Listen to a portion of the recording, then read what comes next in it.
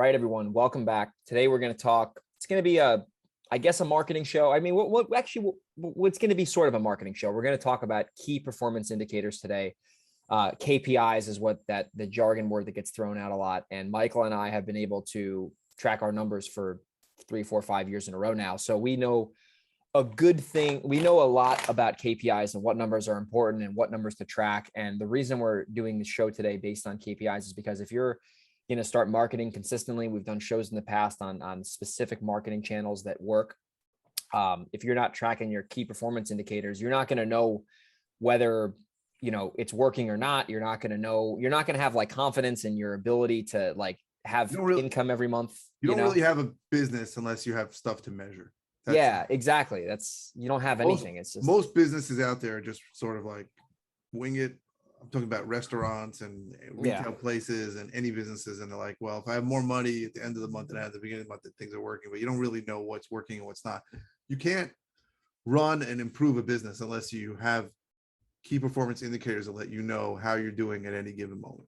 Yeah. So that's a really good way to like explain it, because I think a lot of people, and I should have done this when I started. This is where I made a big mistake. I thought when I got started, KPIs didn't matter, but that was a problem for me because I didn't know what I was just working and I didn't know what was like, I didn't know what was going on. I'm just like, oh, I'm putting all this work in, but I don't know what's happening. And once I started actually tracking all of my numbers and I was able to like see them on a monthly basis, I could figure out like, oh, if I actually spend this much money in marketing, I'm going to get this many deals. And I was not like timid to like spend money. And then I was not timid to negotiate. Like if I lost a deal, I wouldn't get that mad because I knew like 1 out of every X offers is going to get accepted. So Anyway, Michael, let's just get into it. So like in New York State, one more thing I'm going to make this is obviously the flipping in New York show. So our state is tough because you have to be in it for the long haul. We keep saying this, but if you're measuring KPIs on a 2-month basis in New York, or even on a 90-day basis, you're screwed. You got to be in this for 6 months. Minimum. Even 6 months, I don't even think that's enough to measure. For me, I need at least 12. Like when I track how long it takes between when I spend money on marketing and when I actually get paid, it's probably 9 months. So it's not longer, honestly. So if I only track 9 months, I really wouldn't know much. From checking 12 months, I have a decent idea, but really 18 months gives me a better picture. Like I changed things around last August. Like I still don't have a clear picture on what my new marketing channels are bringing me so it's been a year. I'll probably know a lot more by March. So I need about 18 months. Yeah. Because you basically kind of didn't reset, but you had to basically restart didn't you pause your marketing for a while and then basically restart it from scratch? So 2 things happened. I broke up with a partner and then COVID hit. New York was basically shut down. That was bad. Yeah. I would say March, April, May, June, July last year. I had 14 properties in contract for sale. Couldn't sell any of them. A lot of those buyers fell out because they lost their jobs. And then as I tried to do marketing, I got, people were really terrified for their lives here. And they just were not interested in talking about their house. Other parts of the country, some people we know had like their best months ever in those years because people there weren't terrified for their lives. They were terrified like for their wallets. Like they were thinking, I better sell my house because it's liquid. It may get here and I can get rid of it. But in New York, people were like, "What? I can't believe you're calling me!" Like the reaction I got was like unprecedented. So I just stopped marketing and then I turned everything on really last September. So we're almost a year from now. Almost a year from now. Almost a year ago because we're in September now. So about a year.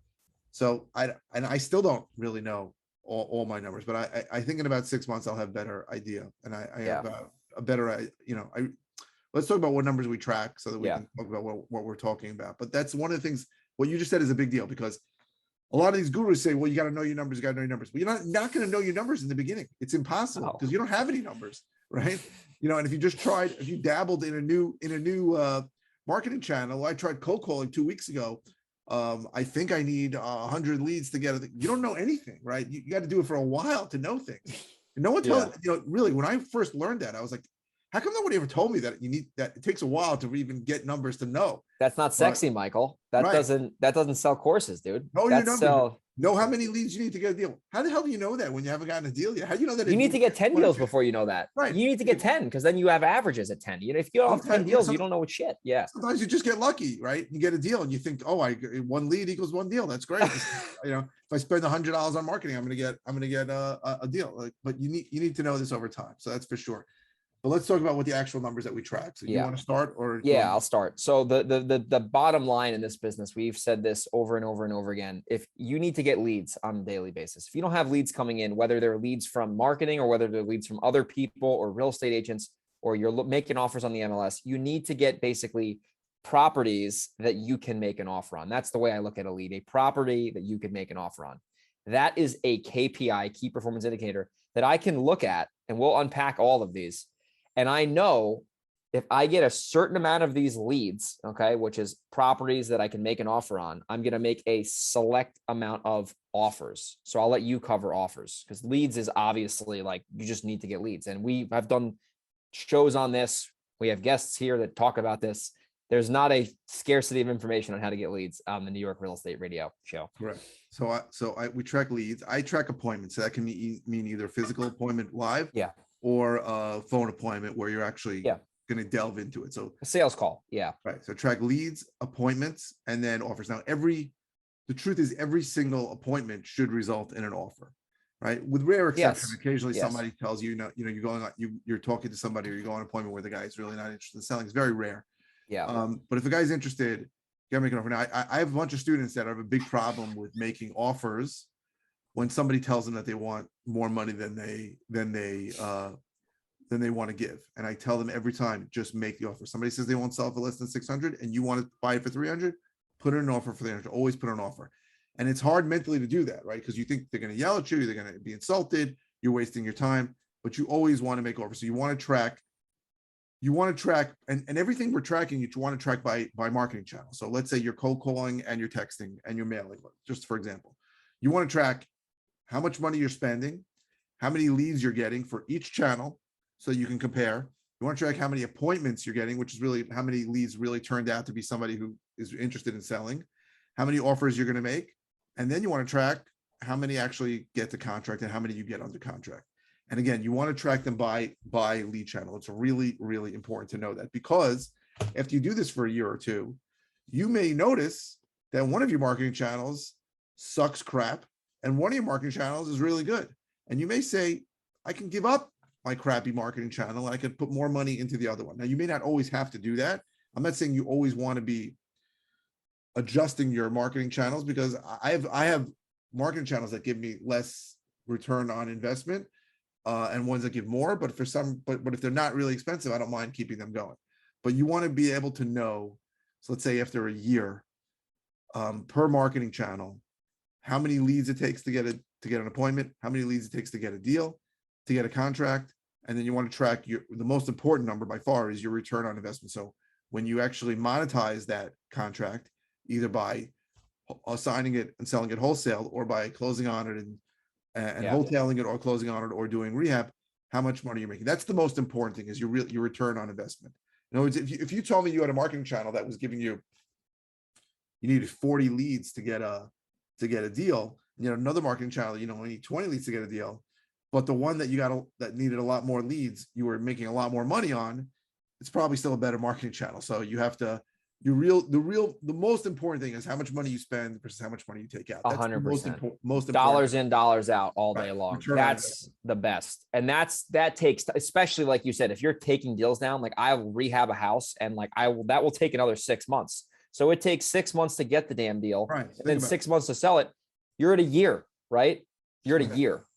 By then, there could be another pandemic. That's if everything goes right? Let's say longer, or let's say a little delayed. Could be 18 months till you get. Yeah, exactly. So like exactly. I used to do PPC, pay-per-click marketing. Oh my gosh, that's we spoke about. Yeah. But and like I had like an amazing ROI when we first started. I did a 6-figure deal right out of the gate, and then I had another deal that was really great, and then like a couple of deals, and my numbers were good. I think so. By the way, the general return on investment you want is, I'd say, in general, you want 3 to 4 to 1, right? You want to get at least $3 to $4 for every dollar you spend on marketing, but it could Yeah. take a long time. So on my PPC in the beginning, my ROI was like 6. I was like, this is the greatest thing ever. But then I had nothing coming for like 6 months, like not one decent lead.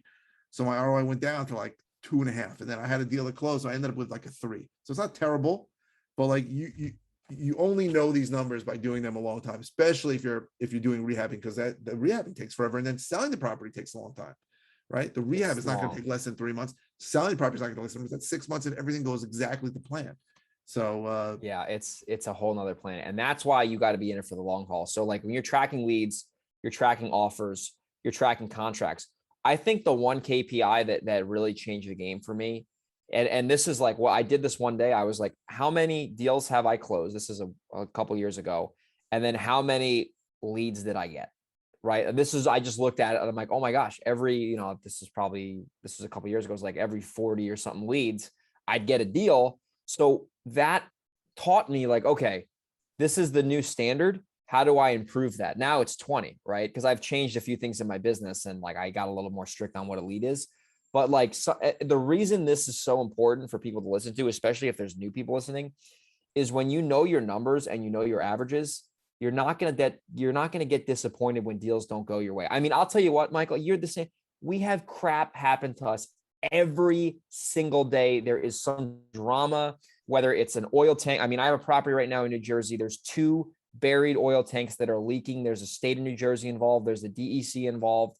It's a hot mess. So like every day there's crap going on. But if you know your numbers, it doesn't matter, because over time, keyword there is over time, you're going to have the consistency that you want. And I think another thing that people don't talk about with KPIs and their numbers is I feel like I just did a podcast episode on this. I think I sent it over today to get published, but like people will say like, oh, I'm buying 7 houses a month, 8 houses a month. That's not every month. Like on average, you're doing 7 houses or whatever. Like, but there's months in this business where it'll be a home run. And then there's some months that are shit. It'll be 0. You have no closings. And I think when you know your numbers, you don't get nervous when you have a goose egg month, because the next month you might make triple what you would have made on an average month. Like, what are your thoughts on that? Because no one talks about this crap and it drives me crazy. It paints the wrong picture. We know guys that have serious multiple 7-figure businesses, and they'll show up at an investor fuel event, which is the mastermind we're part of. And they'll say, I just want it level. Well, I don't want the ups and the downs. And then somebody will go, ups and downs. You had a $400,000 month 2 months ago. Like, I wish I had your ups and downs, but that's the idea that you're going to have a straight, flat line. I'm closing 5 deals a month, every month. Is ridiculous. Again, I'm talking about guys who have an incredible team, an incredible business, do make multiple 7 figures every year consistently. They're still complaining about inconsistencies in month to month. So to think that you're going to start in this business and just have a consistent deal flow, closing flow, everything goes smooth. It just doesn't work like that. I mean, we all want it, right? Everybody wants it, but I think it's probably impossible. And you got to just take the good months and take the bad months and know that you have enough money from the good months to go get through the bad months, and that you're keeping up with your marketing and doing it consistently. Yeah, no, it's so true. And that's why the KPIs matter. Because if you have a bad month and you don't know your numbers, you push the panic button. But if you're like, okay, this is a little hiccup, I'm going to get through this. I need 30 leads to get a deal. I'm just going to focus on getting my 30 leads, and then I'm going to evaluate after that. I think that's where people really get, like, I'll give you a legit KPI. Like, this is like a in-depth, scenario from mail. I have this thing in direct mail where if I'm going to commit to a marketing campaign, it's at minimum 6 months, if not even longer. Usually it's a year, right? 6 mailings, right? 6. Yeah. On average. It's actually longer than that. It's usually like 10 months actually. Cause I'm thinking about it's 6 drops and I do every 6 weeks or whatever. So it's, so 5 or 6 weeks. So anyway, I'll say, okay, I'm not going to know if this campaign is successful or not until 8 months from now. And what I'll do is I track I kind of make a guesstimate on what I think is going to like happen with the responses. And then once the responses start coming in, I'm able to like, on like a Sunday or whatever, like sit in front of my computer when it's not busy and really line that up against with what I thought. And then usually I'm either like above my expectations or below my expectations. And then I can use those KPIs to see what's going on. Is my response rate low? Is my response rate high? Is my lead rate down? And you can make a logical decision, and you don't have to be all like emotionally involved. I think everyone gets emotionally involved in the beginning because it is a big deal.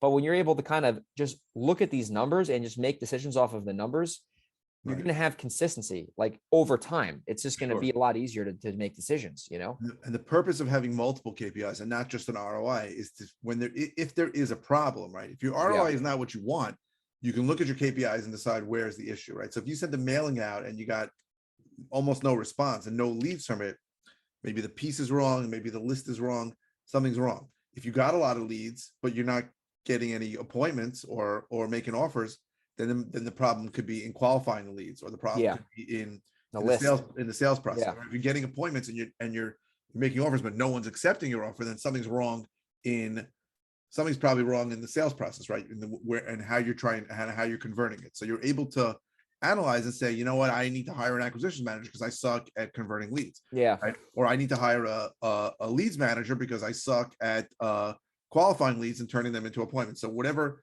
by analyzing the numbers, you can see where there's an issue in your business.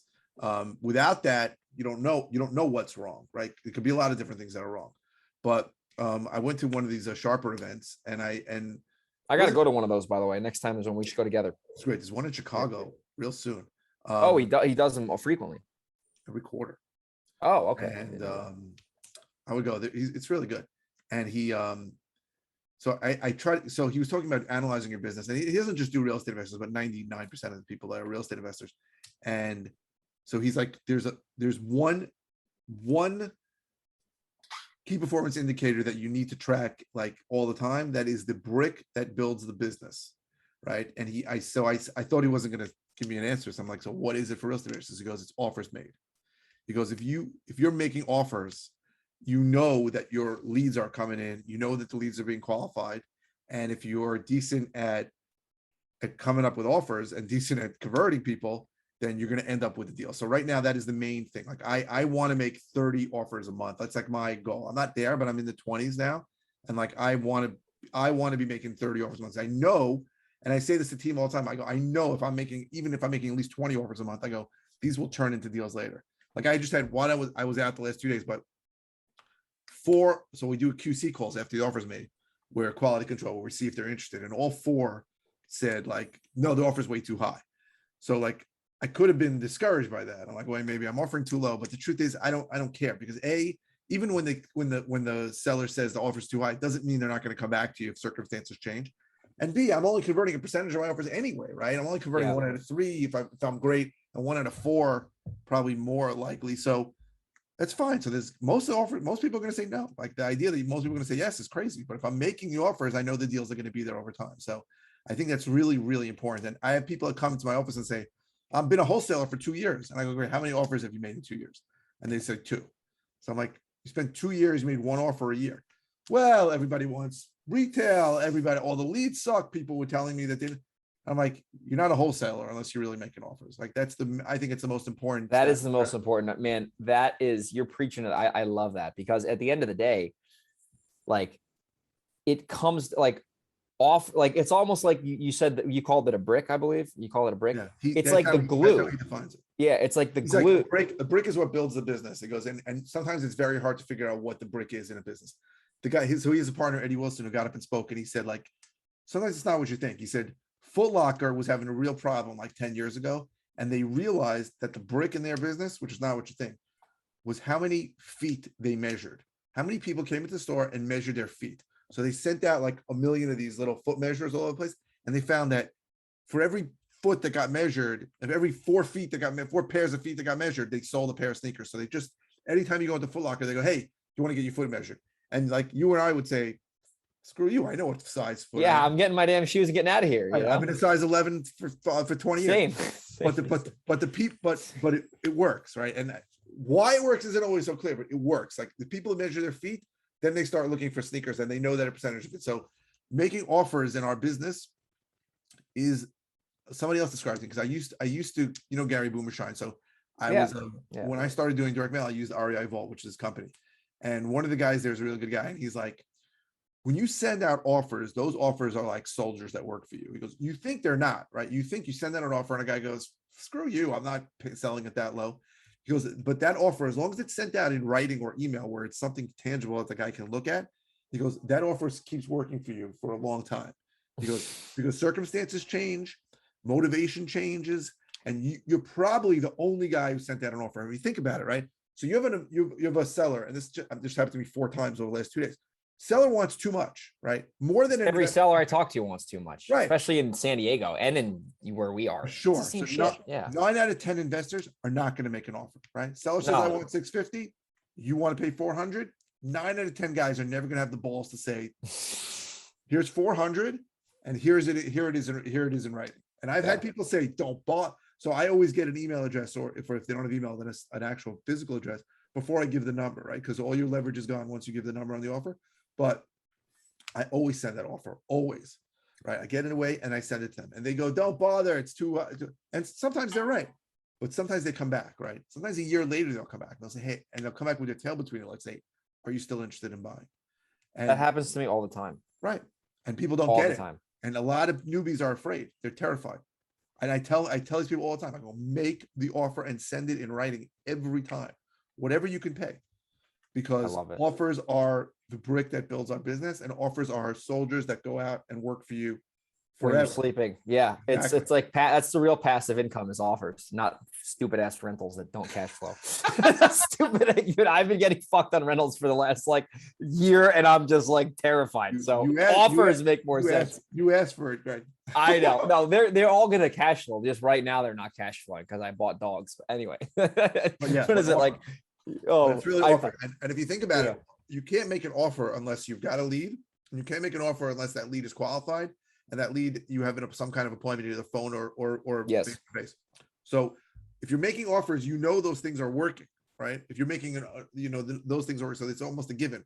And then, assuming you're not completely oblivious to what that offer should be, and oblivious to having a sales process, those offers will result in deals. Maybe not right away. 100%. Oh, this guy. Well, the offers. My offer. Look at that. As I was going to say, as you're literally, as you're saying this. You called me before. I'm shocked. There's literally, as you're saying this, I have Brett making an offer on a property he was at a house with today in Newburgh, like while I'm here in San Diego. And it's like, that is the one, and it's already tracked in our system. But if you can just make I remember I heard Joe McCall, who's a big real estate guru, I love the guy. He's great info guy. He was like, just make more offers. This is when I was brand new and I didn't get it. I'm like, what do you mean just make more offers? That is the freaking, if you just, and it's Frank Kern says the same thing, and it's in a different space. Exactly. By the way, exactly the same. And that's on digital marketing. It's like, how many people have seen your pitch and you made offers to? The more people you make offers to, the more deals you do. And that's 100% true. 1000%. Yeah, that is the KPI, like offers getting, if people need to take one thing from the show, make offers, especially in New York when it takes forever to do it. Like I have a contract that I got back, I think this morning, on a property in the Hudson Valley. I went to the guy's house in April. It's freaking I just had somebody calling me from 2018. 2008. So okay, even crazier. I mean, that's the thing. Most investors will tap out, man. They're like, if they're not going to drop their pants right there, they're not going to. It's not going down. This for sure. Most investors will not. I'm telling you, most investors will not make an offer to an unreasonable seller, and a lot of sellers have unreasonable price expectations. It's insane, right? But listen, a lot of those guys will qualify them out. They'll never even make the sales call. They'll never even go visit them because they'll say it's too high. I spoke to a guy once that told me if the guy doesn't quote me, if the guy doesn't ask for 30% below Zillow value, I'm not even going to meet him. I'm like, that's insanity. Those don't exist. I go, do you know how many people you've pissed away? You know how many deals you've let go? I go, he goes, well, I don't consider it a deal. I go, there's a huge gap between throw them away and there's a deal. That gap is called follow-up, and that's where all the deals are. Like, dude, it's crazy. That's how people think. They think that because the gurus tell you just go and you make an offer, and guys are gonna drop their pants and ask you. It's crazy. But yeah, no, I mean the thing is, and that offer was tracked in April, whenever it was made. So now, like when the deal closes, like the thing I love about tracking the numbers is generally, I'm not saying this is every time, generally it's like, it's kind of like, you know, what's that stuff, like those dry aged steaks or whatever, the longer they are, the better they taste. So my KPIs get better the longer I'm doing it, because like there's just, the conversion is going to go up from follow-up. By So the way, it's yeah, without a doubt, like the successful people are in it for a long time because a lot of these deals come back after a long time. The it's like unsuccessful momentum. people Yeah. never gave it a chance, and they called Yeah. up and they called up somebody else for Yeah, sure. it's crazy. And the biggest thing I've known too with KPIs and following up is like the deals that I get from follow up, and this is a whole nother, we'll probably do a show on this, but like You should. we'll do this as like the teaser for the show.